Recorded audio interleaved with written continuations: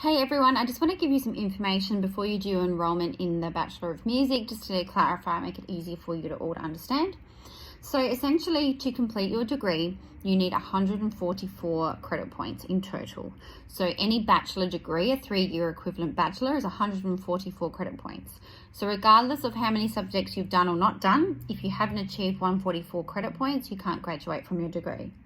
So a full-time equivalent for 2020.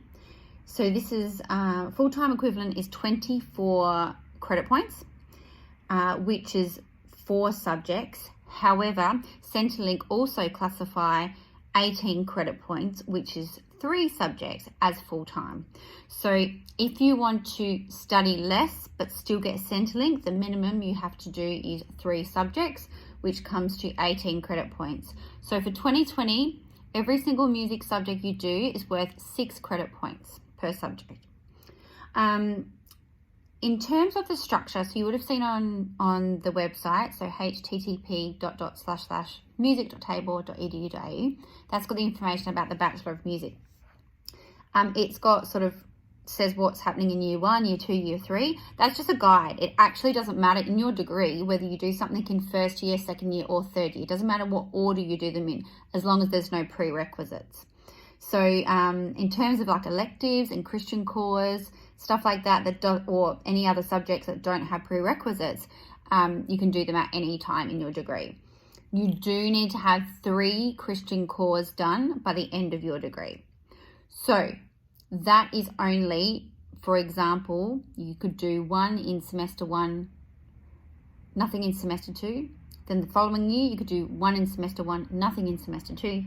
Then the following year again, 1 in semester 1 and nothing in semester 2. So that's an example. Or you might want to smash them all out early and get them done. You do need to do all 3 of them. However, there are some online options, and I'm happy for those who do struggle with those subjects too. I can happy to facilitate those.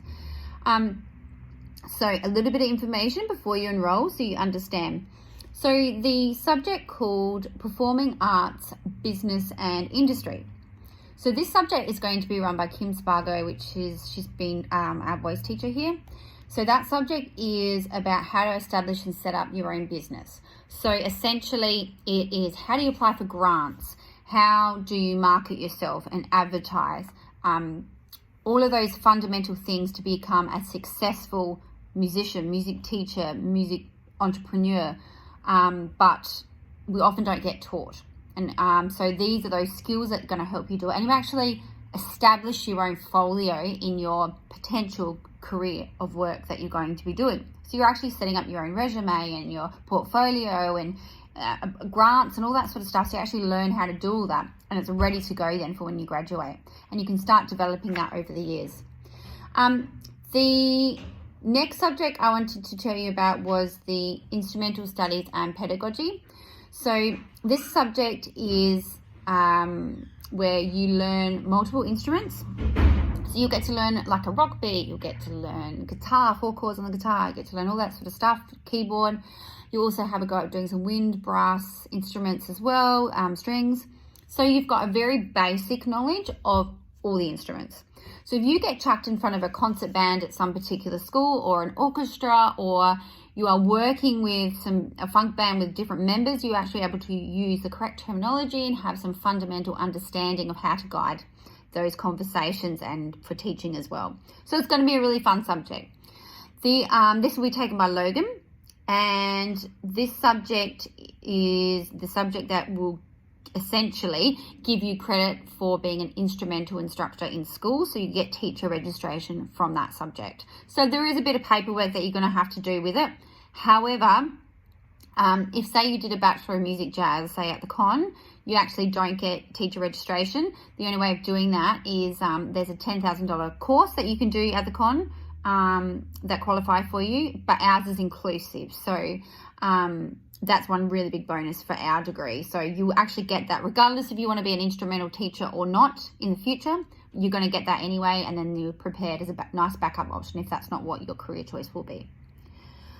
Digital music and composition will be run by Logan, and this subject it's still music theory, but it's got a more digital element to it. So you'll do some mixing and mastering, as well as composing and learning music theory through digital technologies, essentially. It's going to be great for learning how to do like cutting songs up, changing keys, making backing tracks. It's going to be good for using like PA software, using the PA and various softwares that go with it.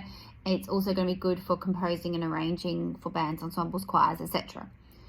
The music performance subjects, they are essentially like music performance 1A, 1B, 2A, 2B, and 3A, 3B essentially. So they just straight down the line. And the music performance subjects, because this is now a Bachelor of Music, the level is actually going to be higher. So I need to make that clear to you. So the Bachelor of Music performance subjects, I have to up the level. So you've been a BA student up until now. So I can get away if your performances were a little bit lower level, or things weren't as quite in depth in your repertoire as they might have been. So we're really going to be upping that in the Bachelor of Music, and unfortunately it's just stock standard what has to happen. So whatever level, if you're sitting at about a pass or a credit in music performance, that whole level is going to go down a step. So if you're currently on a credit, if I was to remark that now as a Bachelor of Music student, it'd probably be a pass. So that gives you a good idea about, you need to just improve a little bit more about what you're doing. So a little bit more practice, a little bit more technique. It's a little bit harder repertoire as well. I'm happy to facilitate and guide you as well. You're also going to be doing scales and vocal exercises or scales or rudiments on your instruments. And you'll be doing sight reading as well. That's going to be a really important part of it. So there's going to be a lot of technique that goes with it that makes you a better performer as well. So keep that in mind. It's going to be upped. So my recommendation is make a start over the holidays of getting on top of everything, getting some repertoire ready, keeping up with your practice, and getting as much performance experience as you can as well. So that's the performance. The music theory subjects is fundamentals of music notation and oral and harmony analysis. I'm giving you credit for that there first year. Second year is advanced theoretical concepts and digital music. So if you've done second year theory, you don't have to do the advanced theoretical concepts. If you're in first year, going into second, you've got to do it. Digital music, though, no one's done that, so you'll all have to do that at some point as well. Other subjects is scoring for film and television. This is essentially like a music theory subject, again, taught through industry skills. So the scoring for film and television, you will essentially have, it's going to be a lot of fun, create soundtracks and audios and for a particular design brief that you'd use in the music industry. That will be run by Logan. The other subjects, there's going to be some electives. So music education, which is the same as music for teachers. I'm not going to offer that in 2020, but I'll offer that in 2021. So that'll be a lot of fun. Essentially, that's like playing games and singing and creating worksheets, lesson plans, that sort of stuff. The other options that are happening next year, so in semester 2 next year, in 2020, we'll be offering music theatre skills. So this is where you learn all aspects of musical theatre. Now, I know some of you are like, it's not really my style. So let me just explain a bit more detail about what's involved with it. So it involves a series of learning about the history of musical theatre and basic understanding all different genres and styles. So you'll learn a bit about that. You'll learn about acting, drama, blocking. You'll learn about the pit, band work. You'll learn about composers. You'll learn about how to guide choreography, drama, like the acting side of things, as well as the chorus singing, lead roles, conducting, all aspects of the musical theatre. And that includes even putting on a show, how do you run, book, all of that sort of stuff. So it is going to be a very diverse sort of one. I'm hoping also in that you'll be able to go and see a musical as well, but it is got a real variety of skills. Now, if you're someone that doesn't want to do, say, the dance element in that, I'm sure we could negotiate something for you could do instead. As long as it was still connected to musical theatre, we can do something like that. For example, if you're like a drummer, not interested in doing dance as that element, maybe instead we could get you to do some research or some application to do with some rock musicals that are out there. So there is a lot of musicals in a variety of different genres and styles, and there's certainly stuff for everyone. So that's what that is. So that subject is a prerequisite for the following year. So the following year is musical production. This is 2 6-credit point subjects, so it runs for a year.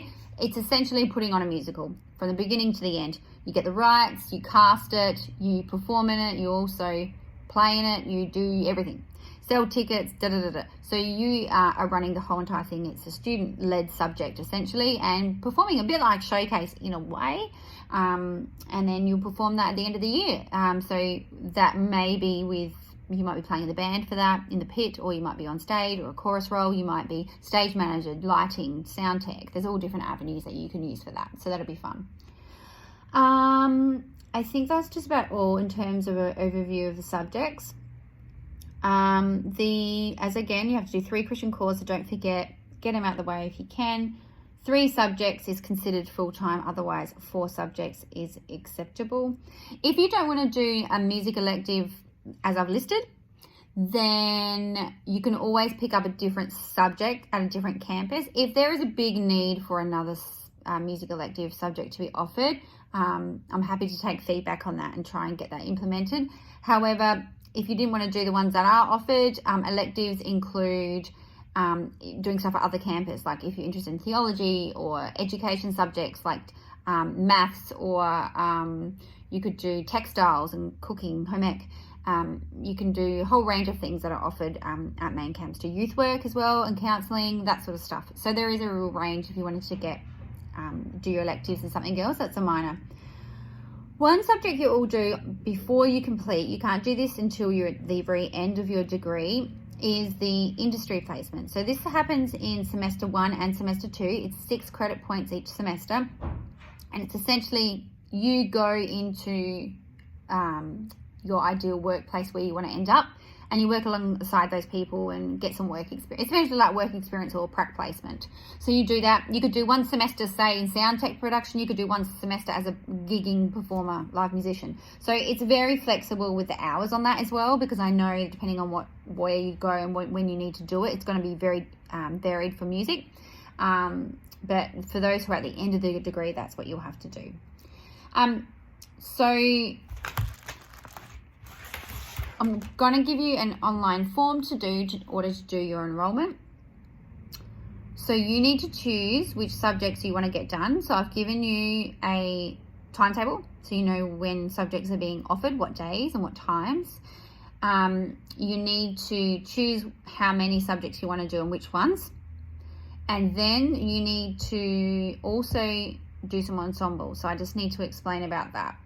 So masterclass music performance is going to be run on Fridays between 1:30 and 3:30. Now it's only 2 hours.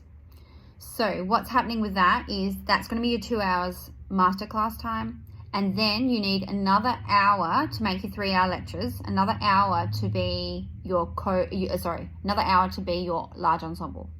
So this year you didn't get a choice on the large ensembles. You had to do funk band, Logan, or you had to do choir with me. I'm going to give you options next year. So the options are the choir again, which I'm calling gospel choir. I'm going to be doing that at the main campus, and it's going to be more like the Kirk Franklin stuff. There is funk band, exactly the same as Logan's been running. That'll happen again. Rock band, no, not rock band. Funk band, gospel choir, orchestra. That's going to happen straight after masterclass on Fridays. Or the a cappella ensemble, which is Wednesday afternoon, evenings, and obviously that's audition only. That's a lot more hours for that. But so you could do choir again, gospel choir, funk band, or orchestra, or a cappella. So they're your options for the extra hour. Of course, you can do all of them. Also, as part of the degree, you have to also do a co-curricular, at least one co-curricular. It can't be the same as what you chose for large ensemble. So if you chose for large ensemble choir, the gospel choir, then your small ensemble, you might choose to be orchestra or funk band or a cappella, etc. But there's also an offer for your small ensemble is rock band that will still be run, and also worship band. So essentially, you need a large ensemble, which your options are orchestra, gospel choir, or funk band or a cappella. And you need a co-curricular, which is from anywhere. So that could be orchestra, gospel choir, worship band, a cappella, rock band, funk band. So you've got a bigger range for those. So that's what needs to happen. So you do need to choose two.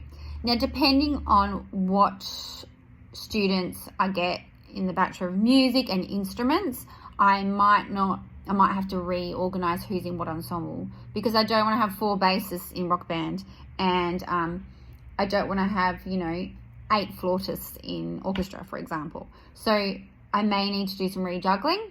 So if you, for now, just put down what your preference is, and I'm going to try and best I can put that in. And if I can't, then I'll get back to you all, and we'll have to redo that again and do some rejuggling. And I'll probably, to do that, be doing an online form again. I'm pretty sure that's everything that I need to tell you with that. I've got options for music for the non-music subjects, so the Christian cause. I've got those listed for you about when they're being offered, in case you want to do those, as well as some summer subjects, and when there's some creative writing and subjects like that, if you're interested in doing them as well. So I've got that in this form. So if you need to read further up, have a look at the music.tabor.edu.au. Goes through the study planner about what subjects are offered. I've given you a timetable. You can also look at the booklet, which is also on that same website, and it goes through what the subjects are about. That's essentially it. Let me know if you've got any questions.